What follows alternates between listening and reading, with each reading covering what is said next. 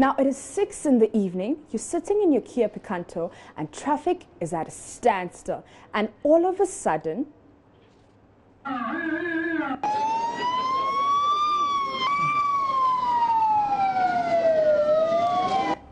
a V8 Land Cruiser is intimidating you with its siren. The driver is trying to dodge traffic. Well, those days are soon coming to an end because the Ghana Police Service has announced a crackdown on the use of sirens by unauthorized vehicles. Now, IGP David Asante-Apetua said this at a news conference in Accra today. It follows concerns that most vehicles, mostly Land Cruisers, sound their sirens to have their way on the road. So I want to know, what do you make of this? The regulations on using sirens is clear in the Constitution as to who should use a siren. It's very, very clear. They know it. Ambulances, some reserve people, police force, fire service, and stuff. These are people that the Constitution recognizes to use sirens. Okay?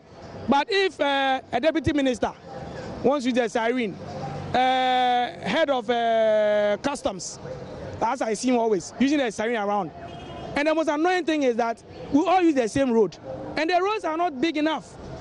But they bleed these sirens on us as if there's a road somewhere purposely made for them and we are encroaching the road.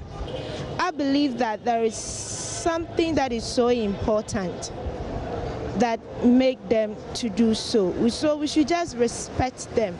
We shouldn't forget that they are acting for our interests as we Ghanaians.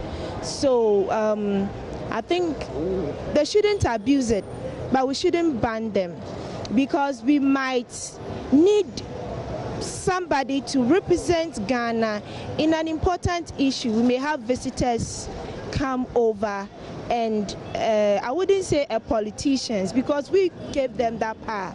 You get me? And they have to be there to represent us.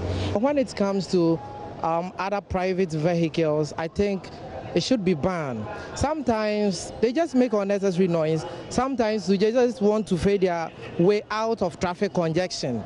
It should be normal. Sometimes they rush to places to get to know that they are not in urgency of doing anything. Let's see what people are saying on Facebook. Let's start with Asama Kweku, who says... Okay, so Asama Kweku says, every V8 cruiser and luxury car on the Tonsu Lake Road and Kumasi want to pass through the heavy traffic jam earlier with louder siren. Come and arrest them for me. Muhammad Jawad says, just today, let me tell you what happened. A man dressed in a uniform in a Kia Picanto with tinted glasses with some girls in it drove recklessly behind me. Each time he kept honking at me to speed up. I was driving on a 60km/h road and I was doing around 58. Then the ladies started insulting from behind while the man in uniform laughed. I slowed down, asked the policeman if he had sense and law. He started threatening me, sped and crossed me. I moved away. Followed me to a nearby supermarket, leveling in threats at me, taking pictures of my vehicle, saying I'll find you and make sure I have you in jail. I teach you I'm the law. I laughed and asked him one more time, do you have sense? Really? Wow, okay. So that's daring. Let's go to George Esus, who says, government officials and politicians to be arrested in Oman, Ghana for blowing sirens. Hey, I pray to see that day. Law, interesting times ahead. And Michael Ejamang says, this is long overdue. They should hurry up and target Kaswa to Winneba. The worst culprits can be arrested there. And Dankwa James says, mere talk. One just passed by me while the police looked on unconcerned. And Eddie Blaze just laughing at that. And Frank says, oh, another one just passed too, and he's even giving them way. But yeah, maybe let's say the message has been going down to them. Yes, it's coming, it's coming. And Philip Ahuma says, exactly, no one is above the law. But wait a minute, will they ensure equality in dealing with culprits? And Nana Kwame II says, do we need to think about this? It's common sense. Sirens are specifically for a purpose and not for politicians. Now, Dr. Mahmoud Baumia has cut short for work to begin on the construction of 320 housing units for the Ghana Police Service. Now, the police housing project will be constructed as part of government's plan to provide decent accommodation for the security services. So we want to know, do you think providing decent accommodation for the police will enhance their work? camping them will be the best, because considering our military, they are at one side, they are at one camp, and so it makes everything uniform. So looking for the men assistants, it will be so easy to mobilize, and everything will be so easy. You know where and when to get your men. The police are supposed to be within the citizens so that they can monitor us. That's just the best way of policing us. Because if the police are all going to be at one place, then how will they monitor us, or how will they supervise the citizens? Crimes can be committed, and then it will be very difficult. You have to now go to one police station, which is somewhere. You see, it will not be very good.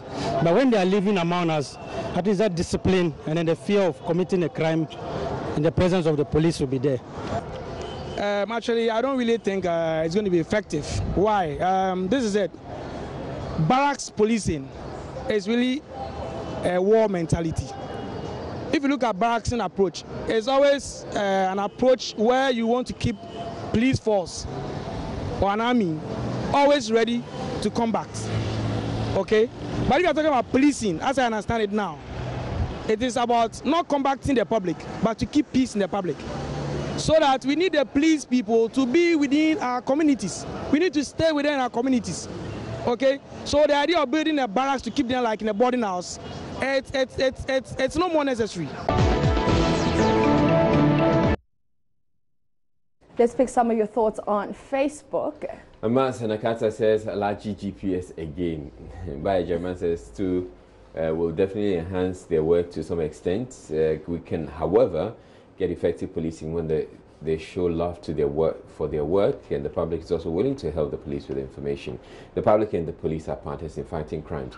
Yawa Solomon says they are being paid for service so they can search for that decent accommodation in town, but they needed logistics. Government should see to it. And Justice Amonting says, good one there. And Akwesi Owusu says, good work. Samuel Yamaja says, it's only a mental imbalance or political infested brains that celebrate sword cutting in Ghana. A right-thinking Ghanaian will never do that. Okay. Let's go to Richard Opoku, who says, good work. Bungalows for nurses and teachers should follow. Ghanaians want better. Sherry Suleimana says, this will undoubtedly bring forth appreciable levels of motivation to Ghana police, culminating in efficiency in their duty executions. It will also provide a sound footing to morally insulate them against all acts of corruption. Well, that's debatable. Kwesi says, my vice president, please stop and use the money to pay for free SHS, because the police will not take good care of the building. You will regret after 2 years when you hand over to them. I beg you, stop. If you don't believe me, check the barracks. All right, let's take the last comment from Simon Gundu, who says they're under cap 30, so no comment, but SNET should also reason by building affordable houses for SNET contributors.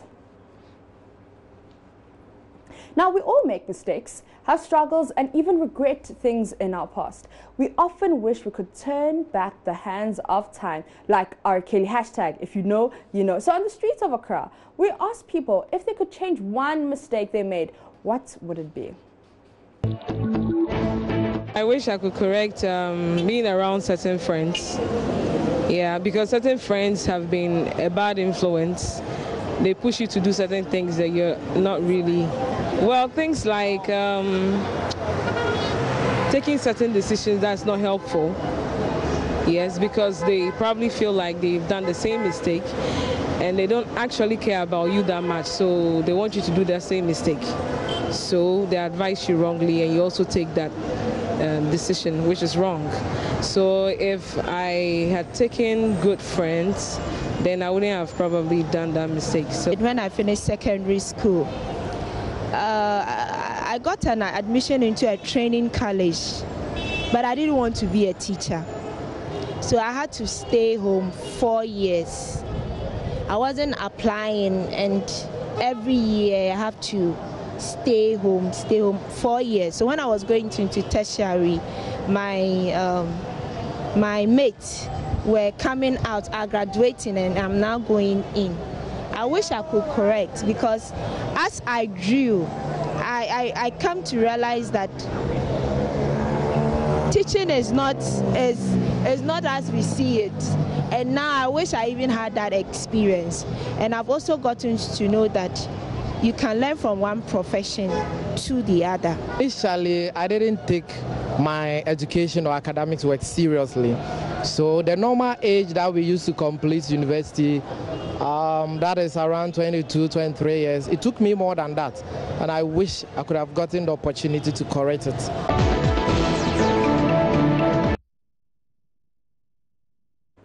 Okay, to our Facebook page now. All right, so GH has been a member of the MPP party.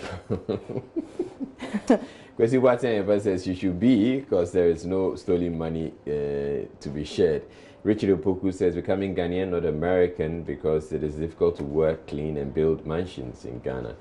And Bai German says not reading law. Sir Carl says being a politician in GH18 says, why will I tell you? Well, you don't have to. Why would you come and write if you don't want to say anything? Yes, you don't have to. Kingsley Onyina says, by following your Facebook page, it's full of crap. Really? Okay, so you know what? You don't have to follow. Well, that's, I mean, over 800,000 people like it.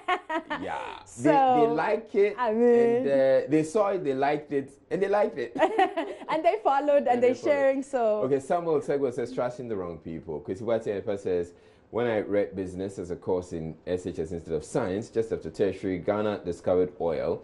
With my BCom, I'm struggling to secure a well-paying job, but my engineering friends are now in well-paying jobs. Well, I'm not sure all your engineering friends have found well-paying jobs, because the oil sector can't recruit or employ everybody. Kwajuado says choosing to be part of GES. Okay. All right, let's go to Radiant Nana Chris, who says being born in the century, and Joshua Kotoko is like, That's a long sigh. Yeah.